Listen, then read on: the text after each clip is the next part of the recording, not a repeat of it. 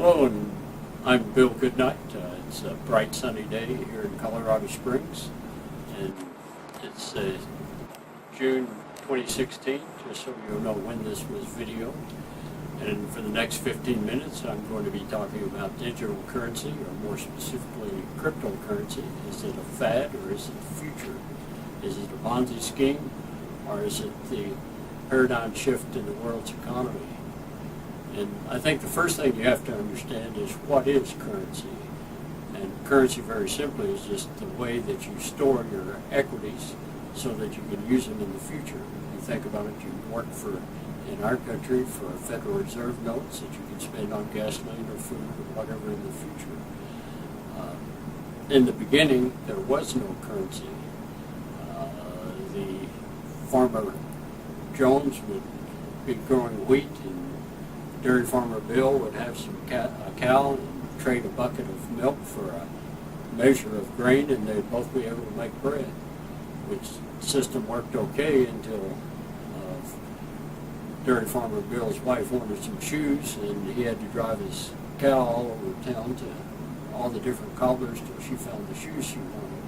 And the king, seeing this, not wanting cows all over his town, said, "Hey, I'll create a coin that's worth a bucket of milk or a measure of wheat, and I'll guarantee that it's worth this by issuing a decree or a fiat to guarantee this coin, and I'll even put my picture on it as a guarantee, and I'm not going to charge anything for it, but I'll make a few extra coins. If I need anything for my kingdom, I'll have a few coins to spend." And some of the king's men looked at this and said, "Hey, when Farmer Jones gets all this wheat in, he has an abundance of coins. Maybe we should create a bank where you put it in there, and we could loan it out to dairy farmer Bill because he wants to buy some more cows, and we can charge him a few buckets of milk to do this. And the king has all the money he wants to create, so we can borrow some money from the king and loan it out to a lot of different people and kind of have a business going." And that's the way it's been for probably the last several hundred years. That we have a saver, a borrower, the middleman, and the king, which has worked well in various forms of this over the years, and unless you happen not to like paying the middleman, or don't like the fact that the king can print all the coins that he wants to, or the fact that both the king and the middleman know everything about you and all the information and where you're spending your money. But it was all we had for a number of years until along came cryptocurrency. And some guys on the internet, the pioneers being Bitcoin, figured out there's a way to guarantee the money without having to have bank accounts or middlemen. And this was the one thing that was needed. Once they figured out the system, there's been 600, 700 cryptocurrency companies spring up, but one of the largest now is OneCoin, and Bitcoin is still right up there with them.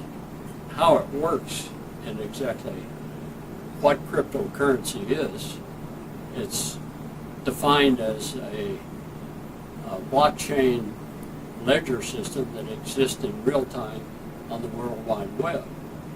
You get a room full of people in cryptocurrency, they'll tell you the same thing. You ask them, what does that mean? And most of them will say, I have no idea. But when you think of cryptocurrency, it really is a paradigm change in the way we think of currency. There's kind of three oxymorons that describe it, and what it is. Somebody always asks me the question when I talk about cryptocurrency, if I put $1,000 into cryptocurrency, how do I get those little coins out of the computer?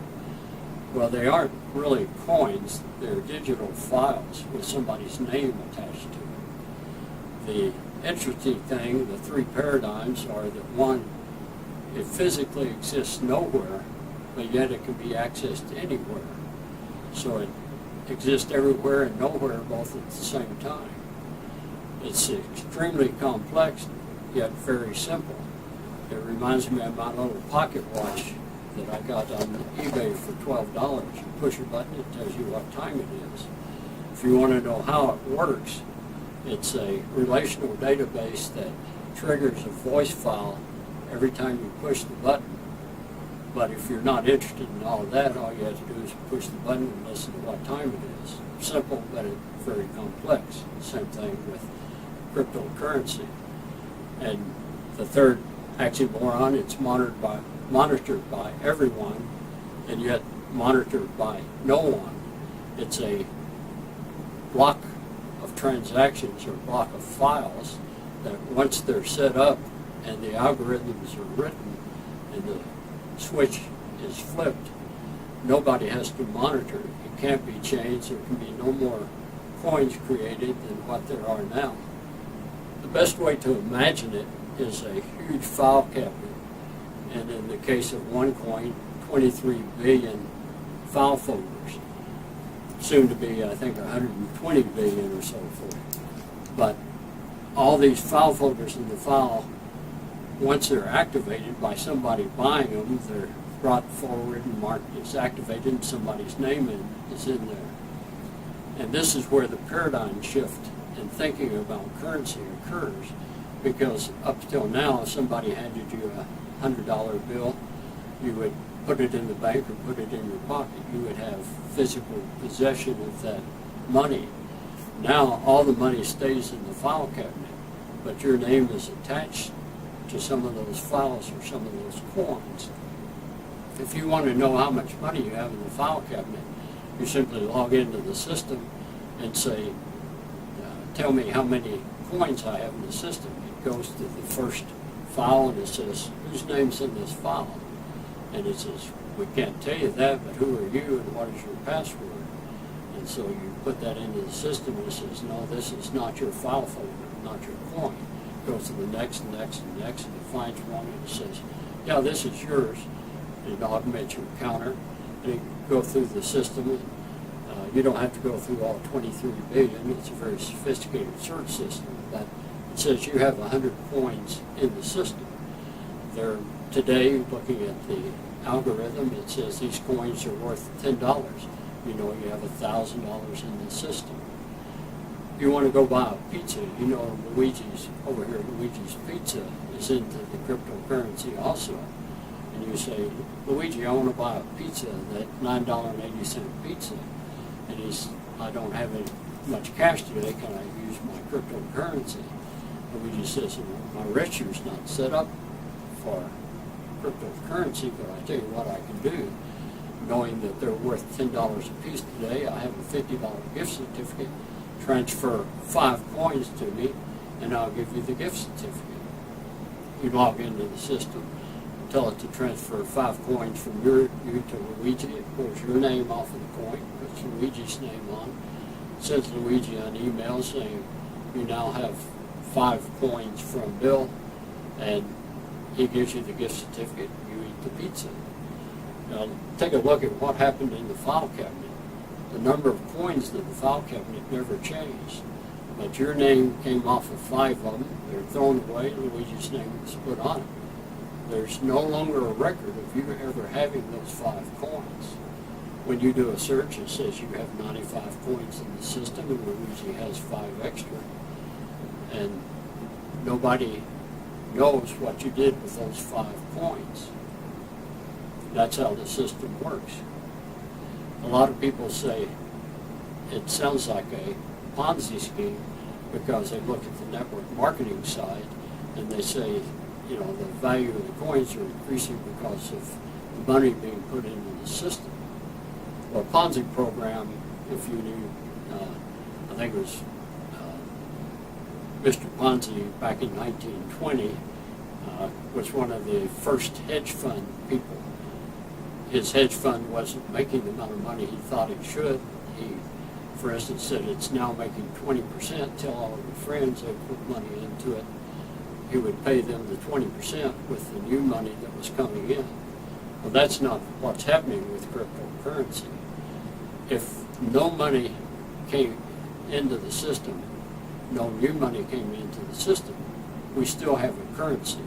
You can still buy pizzas from Luigi by transferring coins back and forth. And because the fiat currency, or the Federal Reserve, or the girls or whatever people are buying and activating the coins is a decreasing value. The amount of the coins is always increasing in value. So with or without new money coming into the system, you have a system, a currency that can be traded all over the world. In the case of OneCoin, it's now, I think, in 204 countries around the world. Bitcoin, the same.